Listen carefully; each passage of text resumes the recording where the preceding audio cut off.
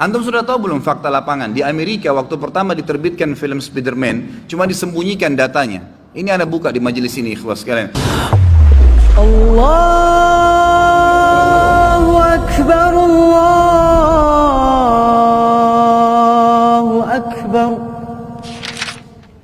Saya sering tekankan dalam pengajian saya begini, ikhwas sekalian. Tolong, kalau masa lalu kita begini yang akan saya jelaskan, sudahlah. Tapi anak-anak jangan begitu.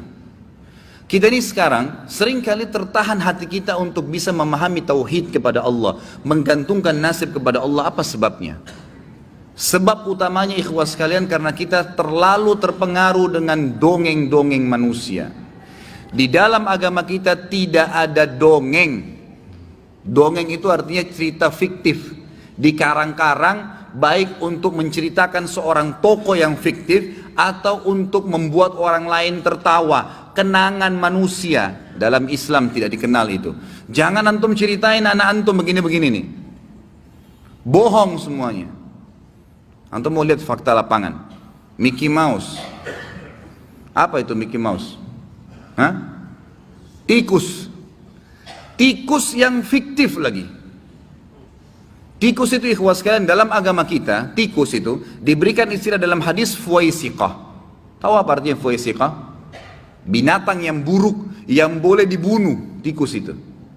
Bahkan dikatakan oleh Ibnu Sirin rahimahullah dalam buku beliau Ta'wil Mimpi, diambil dari hadis Nabi SAW, semua hewan yang boleh dibunuh dalam agama, itu kan termasuk tikus di sini.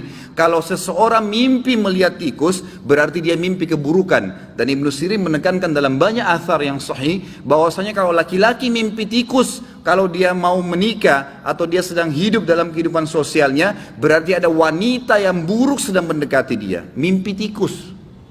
Berarti tikus dalam Islam ini simbol buruk, bukan simbol baik.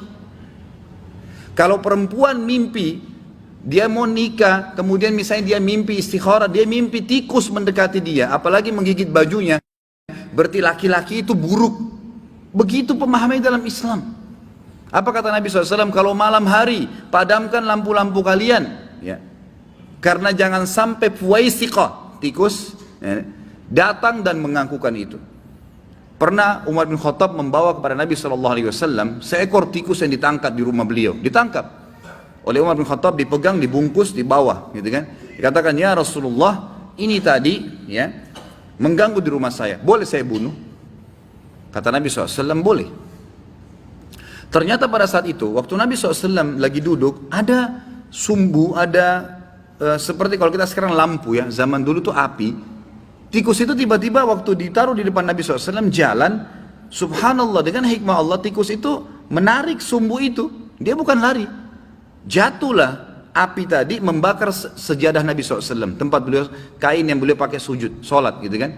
Lalu kata Nabi SAW, sesungguhnya ya, tikus-tikus ini ditunggangi oleh syaitan untuk merusak barang-barang kalian. Sebagaimana kalian lihat sekarang.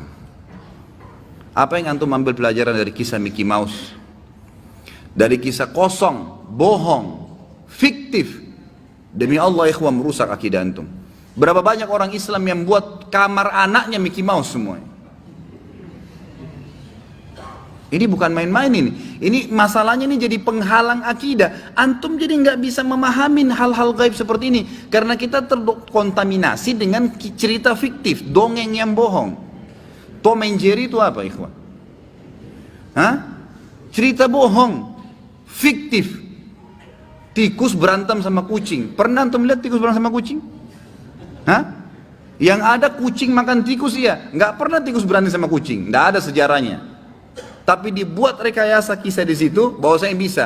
Kalau antum nonton, antum oh iya ketawa lucu. Anak antum kalau nonton lihat apa kira-kira? Yang dia tangkap, oh boleh orang pukul-pukulan. Dan orang dipukul sama apapun tidak mati, mau kena strum kah, mau jatuh dari tangga kah, mau kepalanya gepeng kah, nggak apa-apa. Ini ngapain orang Islam ini? Kenapa jadi begini? Gitu.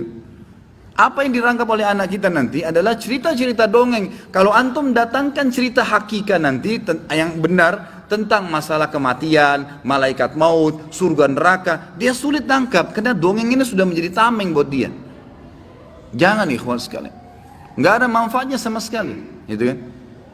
Spiderman, Batman, ada itu benar. Antum sudah tahu belum fakta lapangan? Di Amerika waktu pertama diterbitkan film Spider-Man, cuma disembunyikan datanya. Ini Anda buka di majelis ini, ikhwas sekalian. Itu waktu diputar pertama kali dan banyak anak-anak nonton, banyak sekali anak kecil mati karena loncat dari apartemen. Itu faktanya, tapi disembunyikan supaya filmnya itu laku. Karena nggak ada orang bisa loncat terbang seperti itu, mustahil. Tapi dibuat cerita fiktif, seakan-akan itu adalah tokoh pahlawan dunia. Jadi orang-orang pun berharap nanti, oh nanti akan ada kalau manusia luar negeri, luar angkasa datang. Rekayasa nggak ada. Luar angkasa bagi kita tuh penghuninya malaikat, nggak ada itu. Ya. Dibuat cerita fiktif, bohong semua, merusak akidah kaum muslimin. Nggak boleh, gitu kan? Di Amerika, bukan Amerika, di beberapa negara Eropa, saya dengar kemarin cuplikan langsung dari Saudi, itu ternyata SpongeBob itu dilarang udah. Apa itu SpongeBob? Untuk bersihin piring. Dibuat cerita bohong. Kerja di satu restoran di dalam lautan. Ini dari mana ceritanya? Nah, kira-kira apa yang jadi apa anak antum nonton itu? Susah. Kenapa antum tidak balik, ikhwas sekalian? Saya sampai bilang sama istri saya, tadi termasuk ke sini saya bilang kita harus benar-benar bisa mendidik anak kita dengan Islami, betul-betul.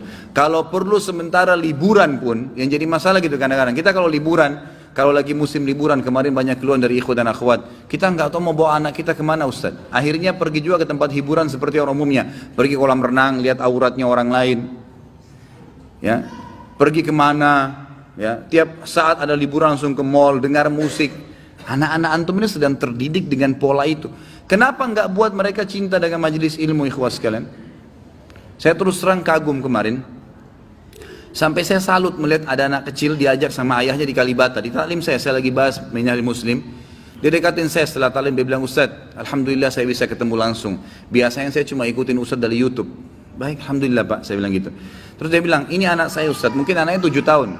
Ini anak saya Ustaz, saya pertama dengarkan ceramah Ustaz, 2 kali, 3 kali, saya rayu dia sampai dia dengar. Sekarang Ustaz, ini anak saya nggak bisa tidur kalau nggak dengar ceramahnya Ustaz. Setiap malam 7 tahun dia nggak bakal tidur kecuali dia sudah ambil ceramahnya Ustaz, didengarin sampai dia sambil tidur. Kalau 7 tahun udah dengar ceramah kayak antum dengar sekarang di majelis ini, umur 50 tahun jadi apa dia? Hah? Bagaimana ibadahnya orang itu? Jadi ikhwas sekalian harus kita bisa ubah, karena pemahaman tentang Allah Azza wa Jalla itu akan ada tameng-tameng, maksiat kepada Allah, cerita-cerita fiktif, dongeng itu membuat kita jadi tertameng, gitu kan? Harus diangkat itu, nggak boleh ada. Nggak boleh ada. Cintakan kepada majelis ilmu, downloadkan di HP-nya itu bukan game lagi, gitu kan? Yang ada sudah tentang surah Al-Quran. Ini loh nak, surah Naba, ini artinya ini, surah Naml artinya ini, kisahnya seperti ini. Sambil Anda juga belajar, gitu kan? Coba diubah pola itu, karena kalau tidak akan lahir generasi Rabbani, akan terlahir generasi yang sama saja. Kita sayangkan semoga Allah kasih hidayah beberapa kaum muslimin hamil di luar nikah sebelum nikah, gitu kan? Sekarang anak gadisnya ada, dibebasin. Dia pikir supaya seperti dia, prestasi hamil di luar nikah. Haram, zina. Anak itu nggak boleh dinisbatkan kepada laki-laki pemilik sperma kalau memang itu hasil zina. Bagaimana bisa dianggap prestasi? Sudah dibiarin, enggak kan? Nggak boleh ini. Harus kita ubah. Kalau enggak, uluhiyah kita kepada Allah ini bisa nanti jadi susah, gitu. Nggak boleh. Saya kemarin bimbing umrah, ada satu polisi dari Kalimantan ikut. Saya minta sama pengelola bimbingan umrah, saya bilang mohon maaf, jadwalnya kan dia cuma ceramah sekali Madinah, sekali Mekah. Saya bilang enggak, saya minta ceramah tiap hari dari saya. Setiap habis asar, semua jemaah kumpul di ruangan saya saja. Di kamar saya nggak apa-apa, kumpul nanti saya isi ceramah. Ustadz nggak apa-apa, nggak apa-apa. Yang penting jangan pada saat kita safar, lagi keluar kota, lagi ke Mekah, lagi ke Madinah. Kalau saya lagi kosong, setiap hari silakan tanya jawab, kesempatan. Kita berharap ini menjadi aset akhirat kita mereka ini. Subhanallah, ada satu anak polisi itu, sekali dia dengar ceramah saya waktu di, saya Allah alam hidayah, bukan karena saya, hidayah di tangan Allah SWT. Dia dengar ceramah sekali, rupanya anak ini tertarik. Jadi setiap hari selama kita 12 hari kalau nggak salah kemana, 12 hari itu, setiap hari cuma mungkin 3 atau 2 hari yang kita tidak isi pengajian pada saat datang dan pada saat pulang. Selebihnya itu isi ceramah. Hari pertama dia datang, dia dengar ceramah, rupanya dia pulang. Saya tidak tahu nih, nanti ayahnya cerita. Setiap hari kedua, hari ketiga, terus sampai kita mau balik, anak ini setiap saya ceramah di depan saya langsung duduk. Saya lihat dia pun ambil HP-nya, HP sendiri dia rekam. Saya pikir ayahnya suruh gitu. Gak lama kemudian pas lagi tour city di Mekah, lalu ayahnya bilang, Ustaz, ini anak saya, semenjak dengar ceramahnya Ustaz, gitu, dia kalau saya terlambat habis asar nih, sudah mau sholat asar di Masjid Nabawi atau Masjid Haram, ayo Pak, ayo ayah cepat, Ustaz sudah mau ceramah habis asar. Dia tarik tangan saya. Kalau saya terlambat saya dimarahin Ustaz sama anak saya. Anaknya itu kalau nggak salah 8 tahun umurnya. Dimarahin sama dia. Ayah ini gimana? Saya sudah tahu dari ayahnya. Begitu dia datang ceramah saya lagi, saya bilang, Masya Allah kamu senang dengar ceramah? Iya Ustaz. Dan saya berharap, subhanallah kalimatnya, saya berharap Allah jadikan saya seperti Ustaz punya ilmu. Anak 7 tahun, 8 tahun ngomong gitu. Bayangkan bagaimana kalau kita masukkan dia ke ilmu, gitu kan? Bukan hiburannya ke tempat yang salah, ke situ. Itu luar biasa itu. Sampai dia rekam sendiri di HP-nya, dia ijtihad sendiri gitu kan? Dia bicara seperti itu. Itu banyak contoh-contoh seperti ini. Jadi jangan sampai, kalau antum bisa rasakan keimanan dengan umur yang sekarang, coba buat anak-anak kita rasakan lebih kecil daripada kita. Dari umur dia sekarang, itu sangat manfaat sekali.